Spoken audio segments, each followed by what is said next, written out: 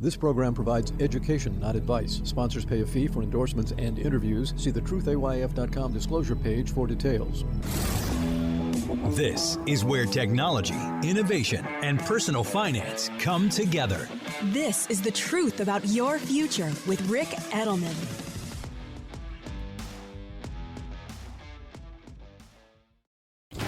Electricity, a big idea that's inspired countless new ones. From powering the light bulb to virtually powering our entire lives. 30 years ago, State Street launched the Spider S&P 500 ETF, SPY. A big idea that inspired the world to invest differently, and still does. What can you do with SPY?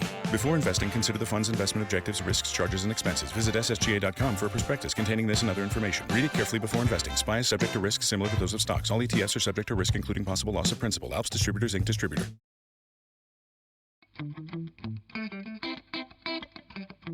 It's Tuesday, October 22nd. We're going to talk today about judicial reform, presidential nominations, and regulation. All of that on today's show. But before we get to that, I got a question from Salon about tax software. Here's Salon's question. Is there any reason for an exchange user to pay for a tax software if they don't plan on selling for many years? Yes, Salon, it is not a question of whether you're going to sell anytime soon. It's a question of how often are you buying.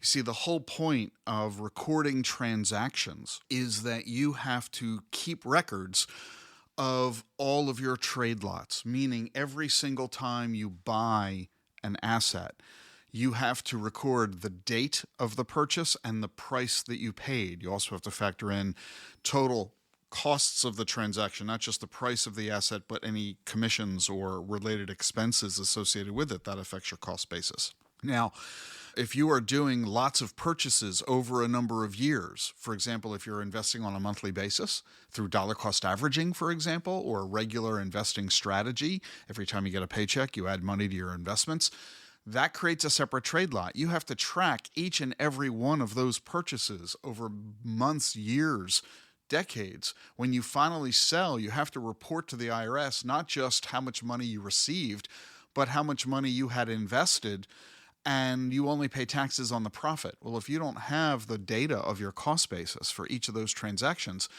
the IRS will assume that your cost basis was zero. You'll be paying a lot more in taxes than you are otherwise needing to pay, and you want to avoid that. Well, keeping those records is difficult. The tax software does it for you. And that's why you want to use tax software, especially with crypto, because there's an awful lot of complicated transactions that occur, and crypto tax software does a really good job of automating that exercise for you. So yeah, get tax software.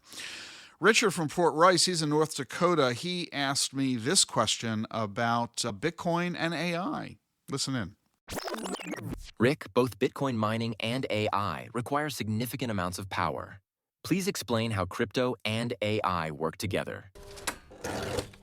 Yeah, we've talked often about how exciting the advent of artificial intelligence is, ChatGPT and language learning models, and how the explosion of AI is really going to bring massive opportunities, benefits, values for all of us around the world. And we're all super excited about what's going to be coming. But I've also said that the Bitcoin community is excited about AI, and we are now beginning to see the merger of Bitcoin mining and artificial intelligence. How so?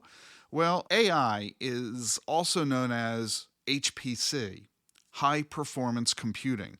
In order for AI to work, AI is all computers, right? And the reason that AI is so exciting is that it can perform calculations radically faster than humans can. This is high performance computers. You know, your laptop, your desktop can't do this. We need specialized computers to do it, and we need lots of them because these computers often work in tandem. So we need massive specialized computing power, and it's expensive to put those computer systems together. Well, guess what? Bitcoin miners have lots of this stuff. That's what Bitcoin mining is. They do a lot of this advanced computing. They do a lot of high-speed calculations, and they do them in tandem. That's what those Bitcoin mining farms are all about. And now Bitcoin miners are discovering that they can make a lot of money. In fact, they can make even more money by giving their computing power to AI companies than they can by using their computers to mine Bitcoin, which is what they were originally designed to do. And so that's what a lot of Bitcoin miners are in fact doing. A lot of Bitcoin miners are now diversifying their businesses to be not just mining for Bitcoin, but also to become AI data centers. There are two things going on here at once. On the one hand, AI demand is creating a premium opportunity. AI needs a lot of power, a lot more power than there is for them to get. Bitcoin miners not only have that power, their Bitcoin mining reward was just cut in half this year due to the halving, which is an event that occurs every 4 years, which means right now Bitcoin miners are making half as much money by mining as they were a year ago. And at the same time, they can make a ton of money, at least for now, by selling their capacity to the AI folks. And by the way, it's not only Bitcoin miners that have power, it's that they also have cheap power. They have green power, because Bitcoin miners are very focused on low-cost power because power is their primary expense. They're also focused on green power because of the political implication of using all that energy. So Bitcoin miners use hydro, geothermal, wind, solar to reduce the criticism that Bitcoin uses a lot of mining. So they have two big advantages. They've got a lot of power, they got a lot of cheap power, they got a lot of green power. So they have two big advantages of their power. They have a lot of it, and it's cheap and green. So this is a really big deal. And it's an advantage they have over other power companies, like your local utility, because Bitcoin has excess capacity, your local utility doesn't, and Bitcoin can shift its usage. I mean, Bitcoin can shut down their mining. Who cares if they're not mining? But your local power company can't shut down the power to your house, right? So Bitcoin is flexible in its power usage, whereas your power company isn't as flexible. So Bitcoin miners have a huge advantage in helping the AI community get the power they need. But this crypto advantage isn't going to last forever. Energy companies are racing to increase their capacity. Amazon, Google, Microsoft, Meta, Hewlett-Packard, IBM, Oracle, they're all working on increasing their power capacity. But it can take 5 years to build a high-performance computing data center. And they cost, these things are expensive, they cost $20 million per megawatt to build.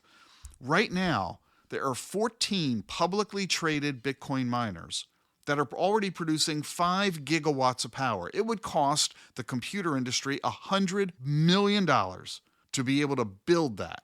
These Bitcoin miners already have it. And they have under construction another 5 gigawatts of power.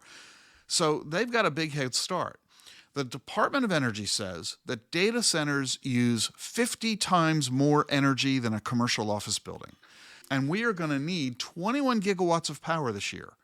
1 gigawatt, that's enough energy to power about 750,000 homes. So we're talking lots of power need.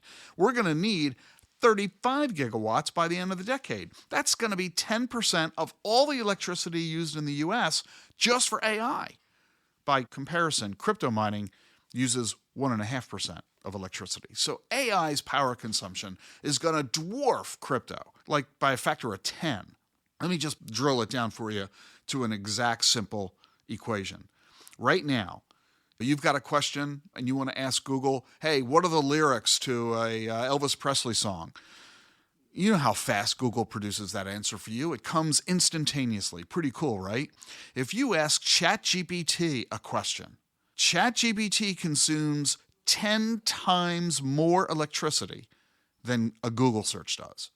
That gives you an idea of the power demand of ChatGPT and AI broadly. Add it all up. Miners can earn $4,000 per megawatt per hour. And they've got 5 megawatt capacity right now. That's $175 million in annual revenue that Bitcoin miners can earn by helping out AI. Van Eck says that profit's going to hit $14 billion by 2040. So yeah, Bitcoin and AI taste great together. We'll be back with more here on The Truth About Your Future. Stay with us. Invesco QQQ is a proud sponsor of The Truth About Your Future with Rick Edelman. Want to rethink what's possible? How about being an investor, not just in your future, but the future? Well, it all starts with Invesco QQQ. For more than 25 years, this single ETF has given investors a direct line to the NASDAQ 100. That's 100 leading innovators behind advances in personal tech, science, and robotics, just to name a few. And you can access it all with Invesco QQQ. Let's rethink possibility. There are risks when investing in ETFs, including possible loss of money. ETF risks are similar to those of stocks. Investments in the tech sector are subject to greater risk and more volatility than more diversified investments. The NASDAQ 100 Index comprises the 100 largest non-financial companies on the NASDAQ. You can't invest directly into an index. Before investing, consider the fund's investment objectives, risks, charges, and expenses. Visit Invesco.com for prospectus containing this information. Read it carefully before investing. Invesco Distributors, Inc.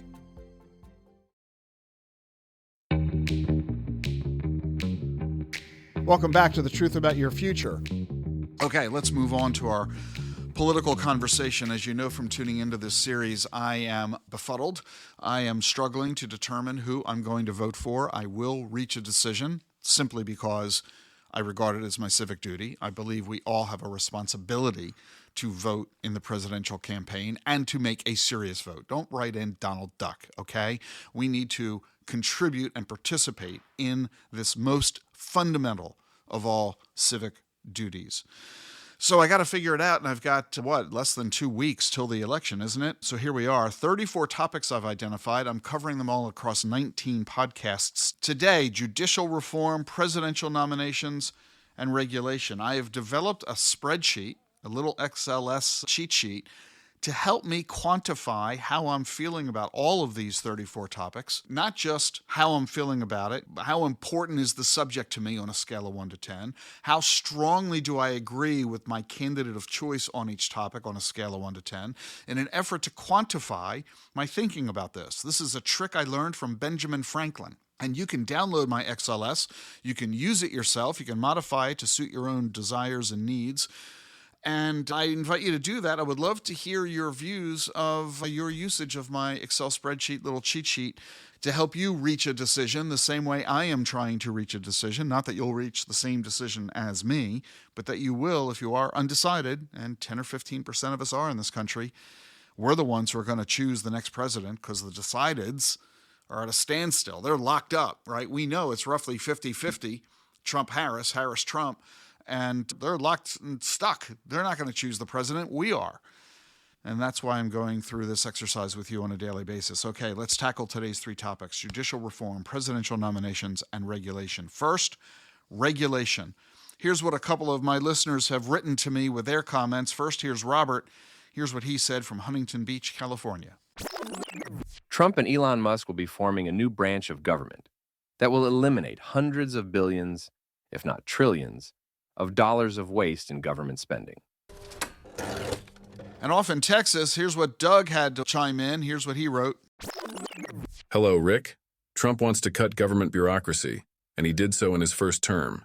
He'll do it again. So thank you, gentlemen, for your comments. You know, I remember when President Biden promised really early in his presidency that he would fix the nation's infrastructure, our roads, bridges, tunnels. He would also improve and expand internet access. And he delivered. President Biden got Congress to approve a $1 trillion infrastructure bill. That was in 2021. Good for him. I want to ask you a question. Have you seen any improvements in our roads, bridges, or tunnels in the last 3 years?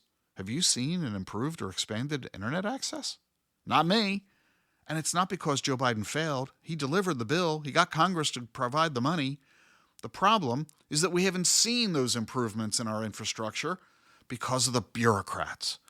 The time it takes today from filing a permit to build a house and actually starting to build it, that time has doubled in the past 25 years. Did you know that they built the Empire State Building in just 1 year? Gene and I did a home renovation. It took us 3 years to get the project finished, mostly because of regulations, getting permits, getting inspections. We've got another home in Arizona. It has taken us a whole year to get a permit to build a fence. The federal government says regulations are costing the economy $300 billion a year.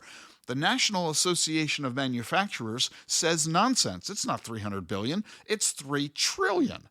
The National Association of Manufacturers says federal regulations cost $465 billion a year, not 300 like the government says.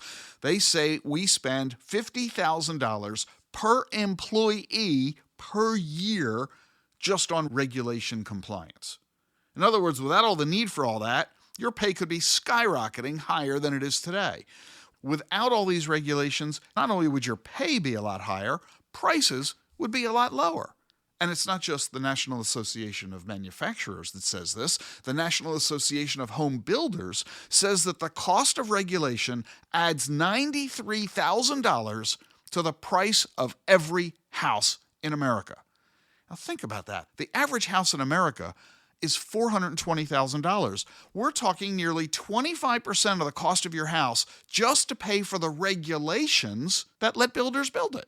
The Cato Institute says companies spend 3% of salaries just on compliance.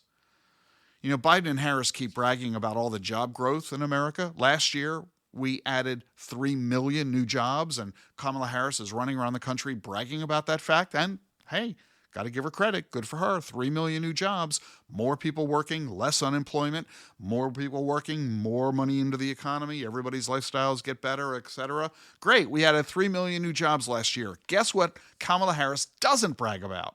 Of those 3 million new jobs last year, 709,000 of them were government jobs. Every month, on average, for the past 12 months, 45,000 people were hired by the government. 540,000 jobs on average for the past 12 months. 709,000 of them overall in 2023. Those jobs, every single one of them, have their salaries paid for by taxpayers, you and me. Every person the government hires is a person you are paying for. Sure, let's hire more school teachers and police officers and so on. But is there any effort by anyone in government to control the spending, to try to operate more efficiently? Does anyone in government pay attention to reducing their expenses instead of just constantly asking Congress for more?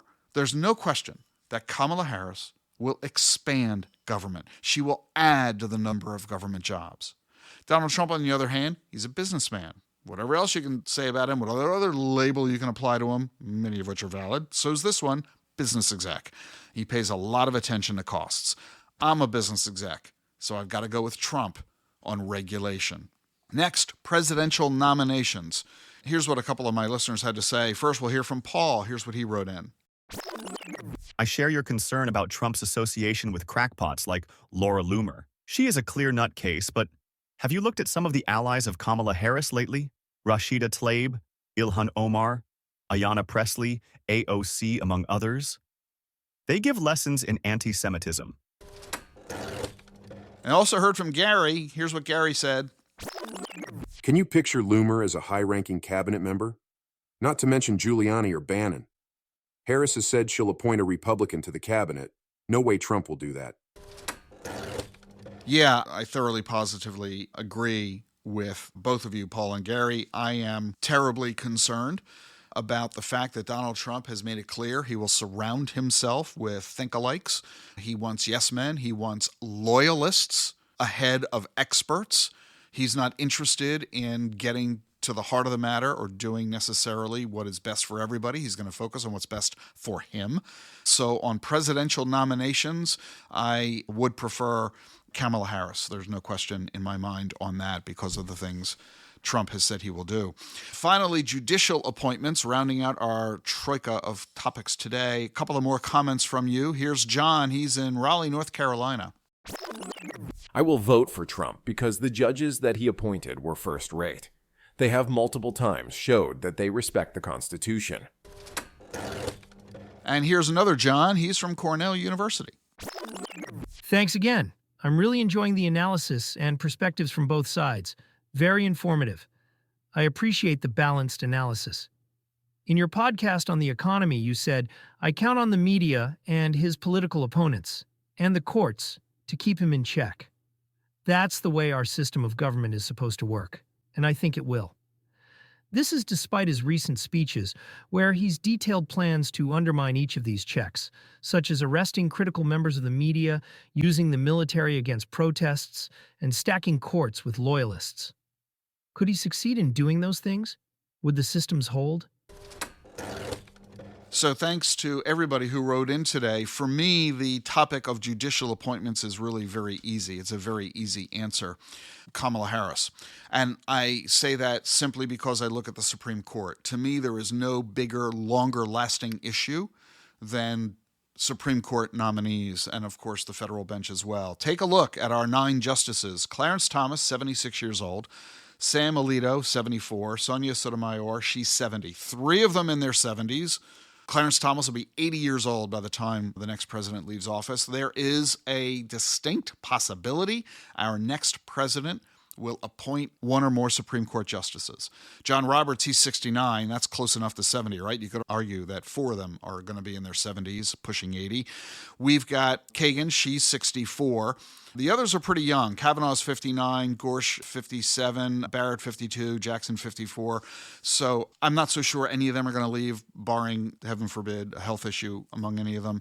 But it is possible that because we have some older justices that they may decide to retire during the next 4 years.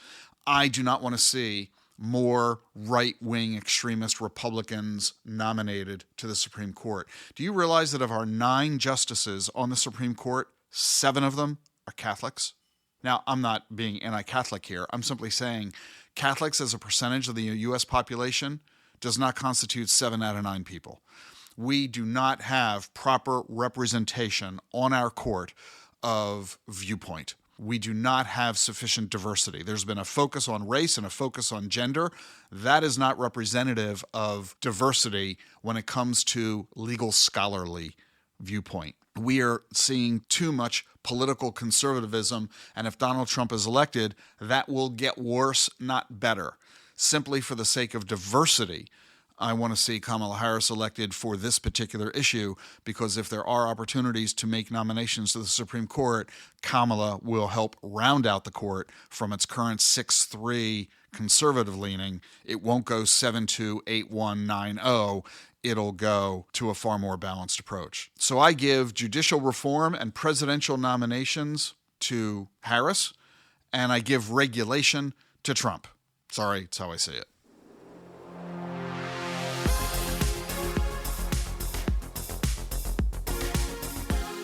Tomorrow, we're going to have a fun conversation. Racism, bigotry, LGBTQ rights, religious freedom, gender, sexual orientation, and transgender. All that tomorrow on the program.